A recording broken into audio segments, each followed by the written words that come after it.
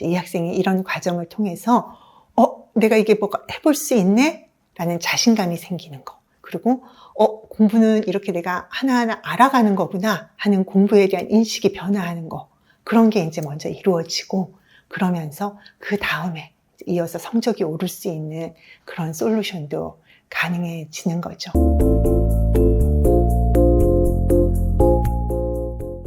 안녕하세요. 이은주입니다.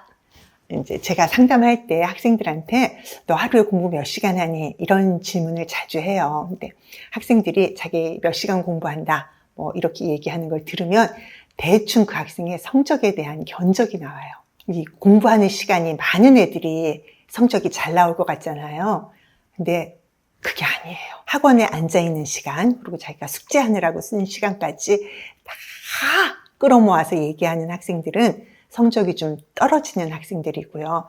딱 자기 순공 시간만 정확하게 말하는 학생들은 이제 성적이 어느 정도 되는 학생들이죠. 이번 방송에서는 학원에 앉아있는 시간까지 이렇게 알뜰하게 챙겨서 자기가 공부하는 시간이라고 생각하는 중학교 3학년 남학생의 공부 마음의 문제와 또 솔루션, 그거를 여러분들한테 좀 알려드리려고 합니다. 일단 이런 아들 때문에 고민이 많으셨던 어머니가 보내주신 사연을 좀 먼저 들어보시죠. 안녕하세요. 저는 중3 아들을 둔 엄마입니다. 아이 공부로 고민을 하다가 사연을 보냅니다. 저희 아들은 남자 중학생 치고는 온순하고 착한 아이입니다. 다른 부모님들은 남자아이들 사춘기 반항으로 고민이 많던데 저는 그런 고민은 없습니다. 대신 공부가 걱정입니다. 중학교 내내 학원도 다니고 시험 공부도 한다고 했지만 점수는 항상 평균 65점 수준, C, D를 넘어서지를 못하네요. 이제 고등학교를 가야 하는데 공부를 어떻게 시켜야 할지 고민이 많습니다. 애도 작년과 다르게 올해는 걱정이 되는지 자기는 머리가 안 좋은 것 같다. 공부가 너무 어렵다. 최선을 다하는데 왜 성적이 안 오르는지 모르겠다는 말을 자주 합니다. 학원을 바꿔보자고 해도 지금 학원을 다니겠다고 고집합니다. 공부 말고 다른 걸 해보면 어떨지 이렇게 물어봐도 모르겠다는 대답뿐이네요. 이번 학기말 성적표는 아직 받지는 않았는데 학기말 시험 보고 나서 자기는 고등학교 가기는 하겠는데 대학은 안 가고 평생 엄마 아빠와 행복하고 재미있게 살면 안 되냐고 해서 제가 그거는 안 된다고 했습니다. 어떤 대학을 가고 싶냐고 물어보면 나는 갈 수 없을 것 같아 라고만 말을 하니 가슴이 답답했습니다. 뭔가 눈만 엄청 높은 것 같습니다. 아무 대학이나 가면 된다고 해도 자기는 안 간다는 말을 하네요. 점점 공부에 의욕도 의지도 없어지는 것 같아 보여서 어떻게 해줘야 할지 모르겠습니다. 아이고, 어머님이 힘들고 답답하시겠어요. 야, 그렇게 평생을 엄마와 함께 살겠다는 효자 아닌 효자 아들의 사연도 좀 들어볼게요. 저는 공부를 한다고 하는데 성적은 오르지 않고 공부는 힘들고 고등학교에 가면 공부도 더 힘들고 성적도 더 안 나올 것 같아서 걱정이 됩니다. 특히 학교에서는 수학의 중요성을 많이 강조하는데 전 수학이 제일 힘듭니다. 요즘 수학 때문에 스트레스 많이 받습니다. 특별히 되고 싶은 게 아직 없고 선생님이 되면 어떨까 막연하게 생각해 봤었습니다. 사연을 듣기만 해도 참 이게 성의 없이 마지못해서 보냈다는 게 좀 팍팍 느껴지시죠? 그렇지만 또 이 학생이 나름 고심하고 있다는 것도 느껴지네요. 자기는 공부를 한다고 하는데 성적도 안 오르고 그 의욕도 없어지는 그 이유를 좀 파악하기 위해서 일단 학생의 성격 특성과 공부에 대한 마음을 좀 먼저 알아봤죠. 근데 이 학생은 제가 예상했던 대로 걱정도 많고 불안감도 높고 그래서 시작도 느린 그 로맨티스트 성격의 학생이었어요. 몇 주 전에 그 중학교 동기유발 시리즈 나갔잖아요. 그 1편의 학생하고 비슷한 그런 성격이에요. 이 학생의 성격 검사 결과만 봐도 이 학생이 그동안 어디서 말도 못하고 혼자서 얼마나 끙끙대고 힘들어했을지, 자기가 바보인 것 같다고 스스로 얼마나 자책을 했을지 알 것 같아서 마음이 사실은 너무 짠했었어요. 그리고 순하고 착한 학생이라는데 혼자 마음고생이 엄청 심했을 것 같았거든요. 공부에 대한 마음을 알아보는 LSI 공부 스타일 검사 결과를 봐도 지금 공부한다고 책상에 앉아있지만 시간만 가고 있고, 그리고 공부에 대한 부담감과 좌절감으로 자기도 어찌해야 할지를 모르면서 공부를 하고 이렇게 배우는 거, 거기에 신경을 쓰기보다는 성적과 점수에만 신경을 쓰고 또 친구들과 자신을 비교하면서 자기 비하를 하는 그런 마음만 키우고 있는 것으로 나타나서 상담 시작 전부터 제가 좀 마음이 많이 아팠었어요. 그리고 이거 뭔가 학습에서는 이거 총체적인 난국일 것 같다. 그런 느낌이 막 이렇게 밀려왔죠. 사실 상담 그 상황에서요, 이런 로맨티스트 성향의 학생의 마음을 열게 하는 거는 좀 쉬운 일이 아니에요. 이런 성향의 학생들은 정말 자기가 이렇게 뭔가 자신이 있을 때야 누군가에게 내가 한 거를 보여준다거나 자기 마음을 이렇게 얘기를 하는데, 지금은 자신의 부족한 부분을 보여줘야 되는 상황이잖아요. 더군다나 많은 학생들이 엄마한테 처음 끌려와서 이렇게 처음 만난 어떤 박사님한테 자신의 치부를 보여줘야 되니까 얘네들이 솔직히 얘기하기보다는 감추기 바쁘고 말 안 하고 입 닫고 있고 이제 그런 상황이거든요.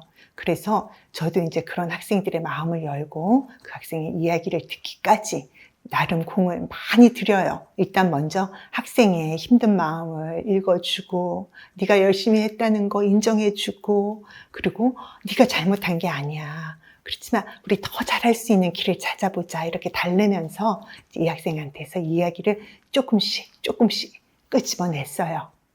그래서 이제 상담에서 들어보니까 이 학생이 자기는 공부도 많이 하는데 거의 밤 12시까지 숙제를 한대요. 그런데 이렇게 보면은 그냥 뭔가를 한다기보다 이렇게 공부를 붙들고 있는 그런 수준인 것 같았어요.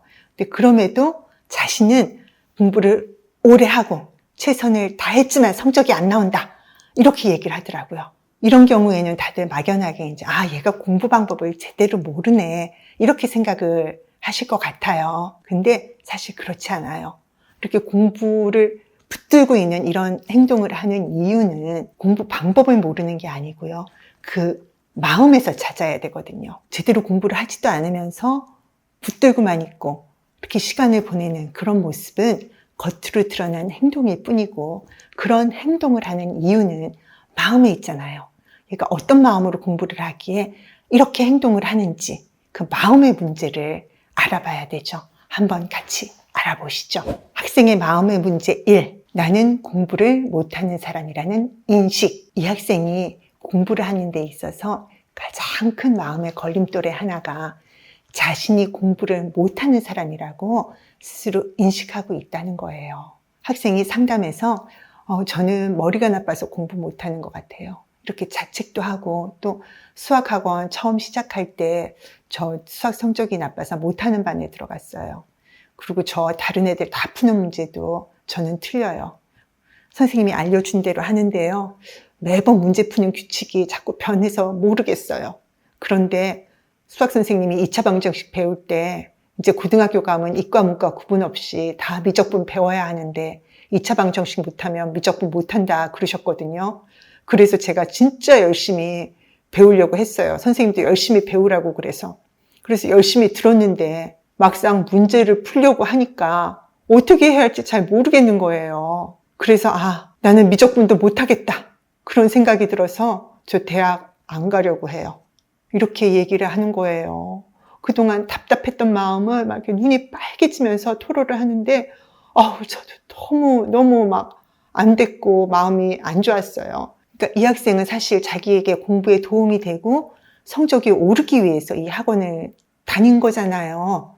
그런데 아이러니하게도 오히려 이렇게 수준에 맞지 않는 그런 공부, 그리고 선행된 진도, 이런 걸로 인해서 얘가 점점 공부에서 더 자신감을 잃게 되어버린 거예요. 그래서 이 학생처럼 이렇게 스스로 공부 못하는 사람이라고 생각을 하게 되면요, 공부를 적극적인 자세로 하게 되질 않아요. 벌써 자기의 한계를 이렇게 딱 정해두게 되는 거거든요. 나는 능력이 안 되니까 못하는 게 당연한 거야, 더 잘할 수 없으니까 이렇게 피하고 싶은 마음만 생긴다고요. 그런 마음이 대학을 가지 않겠다라면서 피하는 데서 확실히 드러나고 있잖아요. 시험 공부도 내가 하다가 힘들면 나는 못하는 사람이니까 하는 마음이 자기도 모르게 작동해서 자기가 이렇게 모르는 건 당연한 것처럼 여기고 더 잘하려고 하는 그런 투지가 생기질 않는 거예요. 안 그래도 이런 로맨티스트 성격의 사람들은 내가 이렇게 하는 게 제대로 하는 게 맞나? 이렇게 늘 걱정하는 편인데 이렇게 수학을 너는 높은 반에 갈 수 없어. 못하는 사람이야. 라고 낙인을 딱 받은 게 되잖아요. 그럼 더 위축돼서 뭔가를 해볼 용기가 생기지 않거든요. 그래서 정말 이럴 때는 많은 응원과 우쭈쭈, 오, 잘한다. 아니야, 괜찮아. 그런 게 좀 필요하죠. 학생의 공부 마음의 문제 2. 공부는 성적을 내기 위한 것이라고 생각하고 실력을 쌓는다는 생각을 하지 못한다. 사연에서 보면 학생의 학교 성적도 좀 걱정되는 수준이잖아요. 그래서 이제 시험 공부를 어떻게 해왔는지 좀 알아봤죠. 이 학생이 시험 기간이 되면 영어하고 수학은 이제 학원에서 준비시켜주는 것만 이렇게 따라갔어요. 그리고 다른 과목은 시험 일주일 전부터 공부를 시작했대요.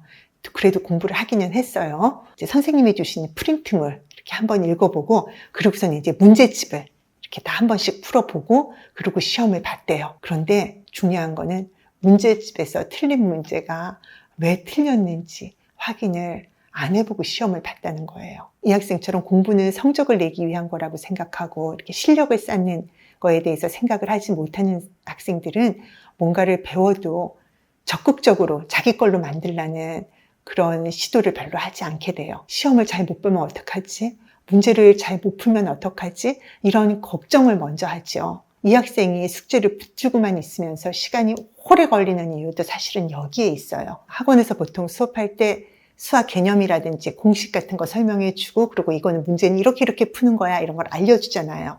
그리고 애들이 그걸 어떻게 적용해서 잘 풀어나가는지를 보기 위해서 학원에서 이제 숙제로 문제를 내주잖아요.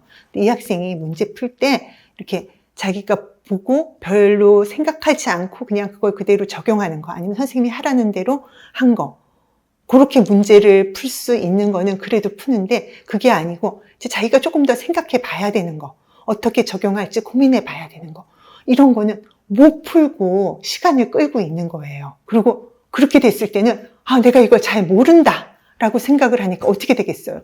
얘가 막 불안해지죠. 걱정이 되죠. 그러면 문제를 계속 보고 생각을 해보겠어요? 아니면 마음이 거기서 조금 이렇게 떠나면서 눈길이 다른 곳으로 갈까요? 눈길은 바로 옆에 있는 핸드폰으로 가게 돼요. 그래서 이 핸드폰을 사면서 조금 마음의 위로를 받고, 그리고 마음을 좀 추스린 다음에 다시 문제로 돌아오나 여전히 똑같은 상황이 되죠.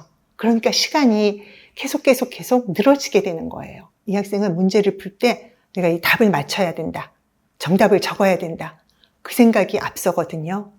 그러다 보면은 이 문제를 왜 냈는지, 그 출제 의도, 그리고 또 이 문제를 풀려면은 이전 단원에서 배운 그런 개념들도 좀 가져와야 되고, 나름대로 생각을 하면서 풀어야 되는데, 그런 생각을 하기보다는 답이 뭐지? 막 이 생각만 하게 되는 거예요. 내가 모르는 거 아니야? 어떡하지? 이렇게만 생각을 하니까 폭넓게 수학적 사고가 되질 않고 있는 거거든요. 그러니까 제가 예를 하나 들게요. 이 학생하고 이제 상담하면서 나왔던 얘기인데, 지금 여기 화면에 이제 간단한 수학 문제 하나 올라오지요. 그 2차 방정식의 문제인데, 이런 문제 같은 경우에는 그냥 딱 보면 이거 인수분해 이용한 거 아니야? 이런 생각을 하고 그냥 답이 -2 또는 1 이렇게 생각하기 쉬운 함정이 있는 문제예요. 이 학생은 당연히 그렇게 풀었어요. 인수분해라는 걸 2차 방정식의 답을 찾을 때 이용한다, 이것만 생각했지 우변이 0이 되어야 한다는 거, 그거는 또 생각하지 않았거든요. 그래서 얼른 눈에 보이는 대로 풀고 있다는 걸 알 수 있었어요. 근데 이 문제를 낸 의도는 학생들이 2차 방정식에서 우변이 0이어야 한다는 걸 제대로 이해했는지 그거 확인하려고 낸 문제거든요. 근데 이 문제를 왜 냈는지 생각을 전혀 해보지 않고 일단 눈에 들어오는 대로 2차 방정식에서는 인수분해 사용한다, 그러니까 답을 얼른 찾고 만 거죠. 그래서 이 학생이 수학도 배운 내용을 자기가 이렇게 제대로 이해하고 자기 걸로 만들기보다는 일단 문제를 풀 수 있어야 한다, 이렇게 생각하니까 학교 시험에서도 똑같았어요. 학교 시험 준비도 어떻게 내용을 익힐 생각보다는 문제풀이를 해야 된다, 이렇게 생각해서 공부를 해왔던 거예요. 이 학생이 공부는 성적을 내기 위한 거라고 생각하고 그 내용을 배운 후에 자기 것으로 만드는 것이라는 생각을 못하고 있었기 때문에 오히려 더 성적이 나오지 않는 그런 문제가 생겼던 거죠. 그러니까 성적은 성적대로 안 나오고 배운 내용도 대충 이해하는 수준이고, 그러니까 마음의 불안은 계속 더 쌓여갈 수밖에 없었던 거예요. 그럼 이런 학생한테 어떤 솔루션을 주고 너 어떻게 공부해라 이렇게 이끌어 봐 줄 수 있을까요? 너 수학학원 다니는 거 지금 도움 안 되는 것 같아.